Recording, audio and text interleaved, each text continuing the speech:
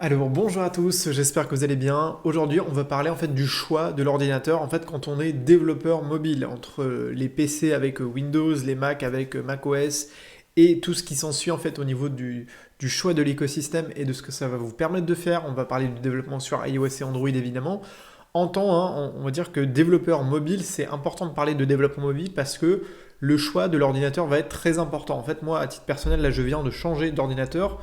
J'étais précédemment sur un MacBook Pro, je crois qu'il datait de 2017, donc qui commençait vraiment à être assez vieux et qui vraiment en termes de performance était plus intéressant. Mais il faut savoir que voilà, le monde du développement mobile, il y a des exigences, il y a des choses à comprendre et à connaître avant de choisir l'ordinateur, parce que c'est pas comme alors faire, il y a d'autres types de logiciels hein, et de développement, mais le développement mobile, il y a des points clés qui sont essentiels à comprendre. Alors, moi, je vais rapidement vous parler. Moi, je vais donc prendre en fait les nouveaux iMac d'Apple avec les puces Apple Silicon, les puces M1 et M2, etc. Et je vais vous expliquer pourquoi est-ce que j'ai fait ce choix-là et qu'est-ce que je vais vous conseiller en fonction à la fois de votre budget, de votre situation, etc. Donc, on va essentiellement ici parler de la comparaison entre les PC de chez, enfin, qui vont en fait tourner avec Windows et les Mac d'Apple. La principale différence, contrairement à tous les autres types de développement qu'on peut faire, on peut faire du développement de jeux vidéo, du développement web, etc. Dans le développement mobile, on va avoir besoin de certains en fait, logiciels. Là, c'est la première chose que j'ai fait quand j'ai vraiment installé l'ordinateur, c'est que je suis venu installer Xcode. D'ailleurs, j'ai même pas fait encore la configuration d'Android Studio. Xcode, c'est donc le logiciel qui va nous permettre en fait ici d'installer tout l'environnement de développement en fait d'Apple et d'iOS. Donc en fait, quand vous êtes sur les stores, de toute façon, hein, vous allez voir sur le store d'Apple, il n'y a pas non plus grand-chose. Quand vous allez dans la section ici développer, vous avez en fait surtout ici le logiciel Xcode qui apparaît. Donc c'est un logiciel qui va intégrer en fait tout l'environnement de développement d'iOS. Ce qui est important à comprendre en fait, et c'est voilà, c'est vraiment le point essentiel qu'il faut comprendre, c'est que parce que j'ai Xcode, en fait, je vais avoir ici aux émulateurs en fait d'Apple. Ici, voilà, vous voyez que j'ai l'application Simulator et je peux venir en fait ici, par exemple, là j'ai tous les derniers terminaux iOS qui existent. Donc j'ai l'iPhone 15, j'ai encore l'iPhone SE et j'ai aussi différents iPads pour avoir toutes les tailles d'écran. Ça, ce que vous voyez ici, là j'ai une application donc Flutterflow que j'ai téléchargée sur mon ordinateur, hein, je vous en ai parlé dans les vidéos et les jours précédents. Là, ce qui se passe, c'est que c'est une application Flutterflow que je peux lancer sur un terminal iOS de test. Je peux le faire là parce que j'ai Xcode et j'ai Xcode parce que je suis sur Mac. Ça veut dire que quand vous êtes sur PC Windows, vous ne pouvez pas avoir accès en fait à Xcode et donc à l'environnement de développement d'Apple. Alors quand on fait du Flutterflow du développement, au départ, c'est pas gênant. Là, quand je suis sur un projet Flutterflow, je peux ouvrir mes projets en version test, peu importe le projet, on peut rester ici sur Amazon. Vous allez pouvoir ici ouvrir votre application en test mode et donc l'ouvrir dans votre navigateur. Le problème, c'est que pour certaines fonctionnalités, donc là, vous allez pouvoir télécharger le code source, vous pouvez aussi télécharger l'APK pour tester sur Android. Eh bien, j'ai besoin en fait de télécharger le code source. Par exemple, moi, j'avais détecté un bug dans la section ici du panier que j'avais pas sur la version web.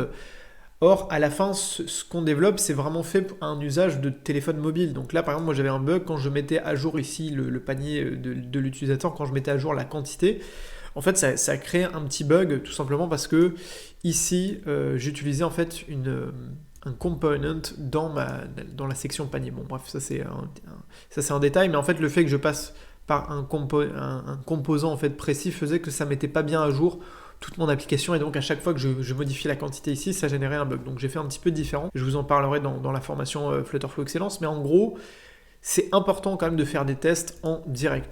Sachant qu'aujourd'hui, vous avez en fait une interface de déploiement, une aide au déploiement sur mobile avec en fait Flutterflow, mais qui passe par d'autres outils dont je vous reparlerai. Mais grosso modo, en fait, quand vous allez faire du développement mobile avec Flutter ou Flutterflow, à la fin, vous devez, pour faire un déploiement sur iOS, avoir un ordinateur Mac pour avoir accès en fait à Xcode. Et Xcode va vous permettre notamment, au-delà des tests en locaux, de déployer aussi votre application. Puisqu'en fait, on va passer par Xcode et on va créer ce qu'on appelle une archive en fait de notre application. Je vous fais un gros point sur Xcode, sur macOS, etc. parce qu'en fait, c'est quasiment le point essentiel. Puisque vous allez voir que pour les autres éléments, en fait, c'est beaucoup plus simple. Alors, quand on fait du développement du coup sur iOS, on a besoin du coup d'un Mac, et on va revenir sur ça, alors que quand on fait du développement avec Android Studio, et en général, on peut le faire depuis un PC Windows et un Mac. Donc ça, c'est quand même une chose importante à savoir. Donc si vous voulez publier une application sur iOS, il vous faut un Mac. Donc ça, c'est quand même la chose à savoir. C'est pour ça que déjà, ça va nous orienter sur les ordinateurs Mac, encore une fois, quand on est dans le secteur du développement mobile. C'est quasiment indispensable de faire du développement sur iOS aujourd'hui. Il y a quasiment zéro client qui vont vous demander que du Android. C'est une part de marché qui est conséquente et c'est aussi un peu, il faut le dire aussi, la référence dans le monde du développement mobile en termes d'exigence d'application. Je ne dis pas que c'est parfait, je ne dis pas que je préfère iOS à Android, etc. Mais en règle générale, quand on est dans le milieu de l'entreprise, on va quand même favoriser de faire un développement aussi sur iOS en tant que priorité. Il y a même des gens qui font que du iOS, ce qui est un peu stupide pour moi quand on a les opportunités aujourd'hui, comme Flutter, de faire du multiplateforme. Autant commencer dès le premier jour à faire du multiplateforme. Donc déjà, on va s'orienter sur le Mac quand on veut faire du iOS. Encore une fois, c'est à vous de choisir, mais si vous voulez faire du iOS, il vous faut un Mac. Et là, vous allez avoir toute la panoplie, tout le catalogue en fait d'Apple pour les Mac qui sont disponibles aujourd'hui. Alors on va parler des iMac, des MacBook Pro, etc. Mais déjà il y a une première différence qu'il faut avoir en tête, c'est que aujourd'hui Apple a développé un nouveau type de puce. Avant ils étaient basés sur les puces de type Intel en fait, donc ça faisait des années que ça s'était utilisé, donc c'était performant. Ce qui se passe aujourd'hui, c'est qu'ils utilisent leur propre puce. Et alors là, je ne sais pas si on a un exemple de technologie en fait pour les puces M1, M2, on parle des puces Apple Silicon. Et en fait, vous voyez que là, sur tous les derniers MacBook, MacBook Air, MacBook Pro, vous allez avoir ici la référence puce M1, puce M2, etc. C'est un peu comme sur les téléphones. Avant, on avait les puces A1, A12, etc. C'était A quelque chose pour les iPhones, il me semble. Là, quand on est sur Apple et sur les MacBook Pro, maintenant, c'est les puces M1. Ce qu'ils ont fait, en fait, c'est qu'ils ont utilisé la technologie en fait des téléphones et des puces qu'ils ont développées pendant des années pour les téléphones, les iPhones, les iPads, et ils les ont intégrés à des iMac, à des Mac en général. Alors qu'est-ce que ça change? Ça va changer les performances, et ça va aussi changer un élément très important qu'on va retrouver ici dans l'App Store d'Apple, dans le Mac App Store plus précisément. Ce que vous allez retrouver ici, c'est que si vous avez un Mac qui est compatible avec les puces M1, vous allez pouvoir retrouver par exemple des applications qui à la base ont été développées du coup pour iOS, que le développeur va pouvoir choisir de mettre à disposition sur le Mac. C'est-à-dire qu'on va pouvoir faire tourner des applications iOS sur un appareil de type Mac. Alors là, je n'ai pas forcément d'exemple en tête, mais parce que je ne sais pas si c'est des applications qui ont été développées exprès pour...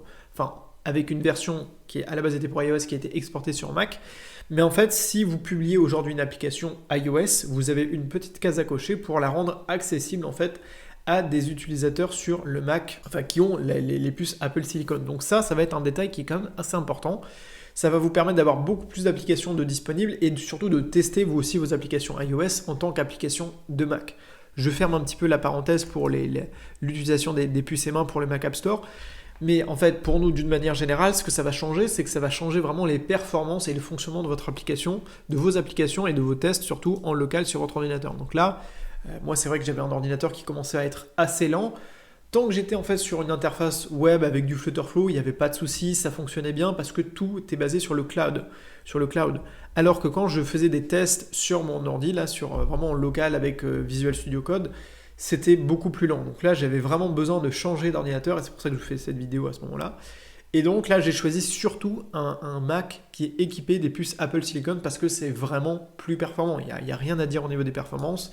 C'est léger, c'est silencieux au niveau de l'ordinateur et donc ça c'est quand même le point à prendre en main. Après du coup que vous choisissiez un MacBook Air, MacBook Pro, iMac, Mac Mini, etc. Le plus important c'est de choisir les puces M1. Après du coup il y a parce que en gros je vous conseille vraiment pas de prendre les puces Intel qui aujourd'hui sont déjà obsolètes. Vous allez retrouver vous avez vous avez des tableaux de référence. Je vous conseille vraiment de prendre les puces M1, M2, etc. Alors, au niveau du choix de la puce, encore une fois, ça c'est propre à Apple. Et évidemment, plus vous montez en gamme, plus vous avez des produits chers et plus vous avez de bonnes performances. Je ne veux pas vous parler des cœurs, etc., de la mémoire vive, etc. Ce n'est pas pour moi des choses qui sont indispensables. En réalité, on peut commencer avec les produits vraiment de base de chez Apple et avoir de très très bonnes performances pour le développement mobile. Pourquoi j'ai fait le choix de l'iMac? Parce que pour moi, je voulais un choix en fait de confort. Là, j'ai un écran qui est donc de bureau. C'est-à-dire que je ne peux pas l'emmener avec moi, c'est ça qui change beaucoup par rapport au MacBook Pro, mais j'ai un très bel écran aussi sur l'ordinateur, et ça c'est quelque chose qui me manquait parce que En fait, avant, moi, je fonctionnais avec un MacBook Pro qui était branché à un écran externe et donc qui retransmettait tout l'affichage. Alors, moi, je vais vous orienter vers 3 choix. Si vous voulez l'ordinateur le moins cher de chez Apple, prenez le Mac Mini. Ici, vous avez des Mac Mini équipés des puces Apple Silicon. Vous avez les prix à partir de 699 € et j'ai presque hésité à prendre ce produit-là parce que vous avez quelque chose de très performant. Après, vous pouvez vous constituer tout un setup avec un écran, un clavier, une souris. C'est très performant et vous avez différentes options aussi pour les différentes puces. Ça commence à partir en gros de 600-700 € sur les sites que vous allez pouvoir consulter, que ce soit sur le site d'Apple et les autres. Si vous voulez le Mac le plus polyvalent, moi c'est ce que j'ai utilisé pendant des années, c'est le MacBook Pro. Je ne vous conseille pas le MacBook Air parce qu'il est quand même cher. Il vaut mieux passer directement au MacBook Pro. Alors il y a plein de variantes en fait pour les MacBook Pro en fonction des tailles d'écran. Donc vous prenez un MacBook Pro parce que le MacBook Pro, vous allez pouvoir l'emmener partout avec vous, en voyage, en déplacement. Donc ça dépend aussi de votre situation. Si vous êtes étudiant, vous bougez tout le temps, partez peut-être sur un MacBook Pro, c'est le plus polyvalent. Si vous êtes dans une optique de travailler chez vous régulièrement et de ne pas pouvoir emmener votre ordinateur quand vous êtes en déplacement au week-end, dans ce cas-là, je vais vous conseiller l'iMac, qui est vraiment un ordinateur très confortable. Alors pourquoi? Qu'est-ce que ça va changer? Quand vous êtes sur un MacBook Pro, vous avez tout le temps l'écran qui est un peu plus bas que votre visage, donc tout le temps vous allez avoir la tête penchée, donc au niveau de l'ergonomie, c'est pas optimal. Mais c'est voilà, si vous voulez travailler sur un autre bureau, sur la table de la cuisine, dans votre lit, dans votre salon, avec un MacBook Pro, donc qui est mobile par définition, c'est possible. Et donc si vous voulez le choix le plus confortable, moi c'est celui que j'ai fait et que je vous conseille, c'est de prendre en fait les nouveaux iMac. Alors c'est un ordinateur que j'avais déjà acheté mais qui n'était pas pour moi à la base, donc là je l'ai pris cette fois-ci pour moi. Vous avez un choix des coloris, tout ça c'est super sympa. Encore une fois, c'est un ordinateur pour moi qui est très confortable à l'utilisation et c'est pas des prix qui sont, on va dire, pour les pros. C'est-à-dire que là vous avez les premiers prix. À part, moi je crois que je l'ai eu encore moins cher que ça. Je ne l'ai pas eu sur Amazon, je l'ai eu dans un revendeur pas loin de chez moi. Je crois que je l'ai payé 1400 € et quelques.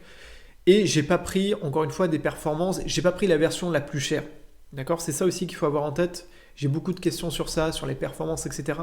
Aujourd'hui, tant que vous prenez un Mac avec macOS du coup, qui va vous donner accès à Xcode plus les puces Apple Silicon, vous êtes en fait bon pour faire du développement mobile. Ça veut dire qu'il va falloir quand même vérifier parfois l'utilisation de la mémoire, etc. Ça ne veut pas dire que forcément, plus vous allez aller dans les configurations les plus avancées de chez Apple et Mac, plus ça va être performant, plus vous allez être à l'aise. Mais là, vous voyez que je suis en train de filmer sur mon écran. J'ai du coup un émulateur iOS qui tourne, Visual Studio et tout. Enfin, c'est pour vous dire que c'est largement suffisant pour faire du développement mobile. Encore une fois, vous avez le choix. Moi, je vous conseille pas le MacBook Air parce que je vois pas trop l'intérêt au niveau des prix par rapport au MacBook Pro. Autant partir sur le MacBook Pro. Bon, c'est peut-être un peu plus lourd qu'un MacBook Air. Si vous voulez le plus polyvalent, prenez le MacBook Pro. Si vous voulez le moins cher, prenez le Mac Mini. Et si vous voulez le plus confortable, prenez l'iMac. Et moi, c'est celui-là que j'ai choisi aujourd'hui pour vraiment travailler. Enfin, c'est mon quotidien, c'est mon outil de travail. C'est vraiment super agréable de travailler sur les iMac. Ce qui va changer, c'est la qualité de l'écran. C'est un écran qui est très confortable, qui est bien dimensionné.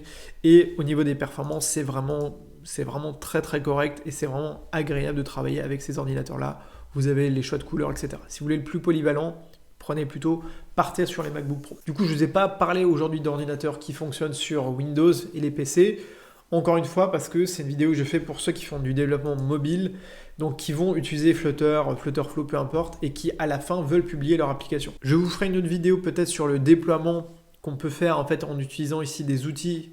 On passe par Flutterflow, il y en a un autre, je crois que c'est CodeMagic, qui vous permet en fait de déployer vos applications sans avoir forcément un Mac et donc de le faire sur iOS. Le problème pour moi, c'est que vous n'êtes pas capable de tester votre application sur un émulateur. Là, je suis capable de le tester, par exemple, de le faire même ici quand j'ai mon smartphone avec lequel je suis en train de filmer. Si je veux tester, j'ai juste à le brancher par USB, ça marche même en Wi-Fi, ça c'est super pratique, ça fonctionne avec Xcode. C'est très important parce que même si vous déployez ici votre application en PWA et que vous le testez depuis votre téléphone, vous allez tester en fait une version web de votre application. Donc là, si vous voulez, je vous en ai parlé dans les vidéos précédentes, si vous voulez tester par exemple Apple Pay, ce qui est une fonctionnalité qui est très pratique et très bien intégrée avec Flutter et Flutterflow et Stripe, si vous voulez la tester, vous avez besoin d'un émulateur. Donc vous ne pouvez pas le faire si vous n'avez pas de Mac, si vous n'avez pas Xcode, etc., etc. Voilà du coup pour cette petite vidéo bonus. Je vous l'ai fait parce que ça fait un petit moment qu'on me pose des questions dessus. Retenez, Si vous voulez publier sur iOS, il vous faut un Mac. Si vous voulez faire pour Android, que vous soyez sur Mac ou sur PC, ça va passer, vous allez passer par Android Studio, vous pouvez l'installer sur les deux plateformes. Pour le déploiement en version web, c'est pareil. Pour le déploiement sur iOS, il vous faut Xcode et il vous faut du coup un Mac. Voilà, c'est une des stratégies d'Apple pour faire en sorte que les développeurs achètent des Macs. Si ça peut vous rassurer, après c'est un outil qui est quand même très agréable à utiliser au quotidien et que moi je recommande, même si on ne fait pas du développement mobile. Après c'est des produits qui sont plutôt premium. C'est pas du luxe, hein, mais voilà, c'est des produits où même pour avoir l'entrée de gamme, comme je vous l'ai dit, il faut aller voir sur il faut aller sur les Mac mini. En fait, le Mac mini, il va avoir les mêmes performances que l'iMac, quasiment, sauf que là, on n'a pas l'écran, on n'a pas le clavier, etc. Donc, on a quelque chose qui est vraiment sur le minimum, le strict minimum, mais on a quand même des performances et c'est quand même un très bon point. Et c'est une bonne option que Apple propose pour ceux qui veulent vraiment faire des économies ou qui veulent commencer petit à petit en créant leur setup de développement du coup mobile. Voilà du coup pour cette vidéo, j'espère que ça vous a plu. N'hésitez pas à me mettre en commentaire ce que vous en avez pensé. N'hésitez pas à aussi commencer mes cours sur Flutterflow. Là, je suis en train de travailler sur Flutterflow Excellence. Je vous ai parlé là de l'application Amazon et de la démo de Apple Pay. Je vous parlerai aussi très bientôt des prochaines applications de la formation comme Uber, Instagram, etc. Donc n'hésitez pas à commencer d'abord les cours gratuits de Flutterflow Challenge, à rejoindre ensuite la formation Flutterflow Challenge pour avoir les bases de l'outil Flutterflow et ensuite me rejoindre dans la formation complète Flutterflow Excellence. Je vous dis à très vite sur la chaîne YouTube et sur le blog et surtout n'oubliez pas de rêver très grand. Allez, salut!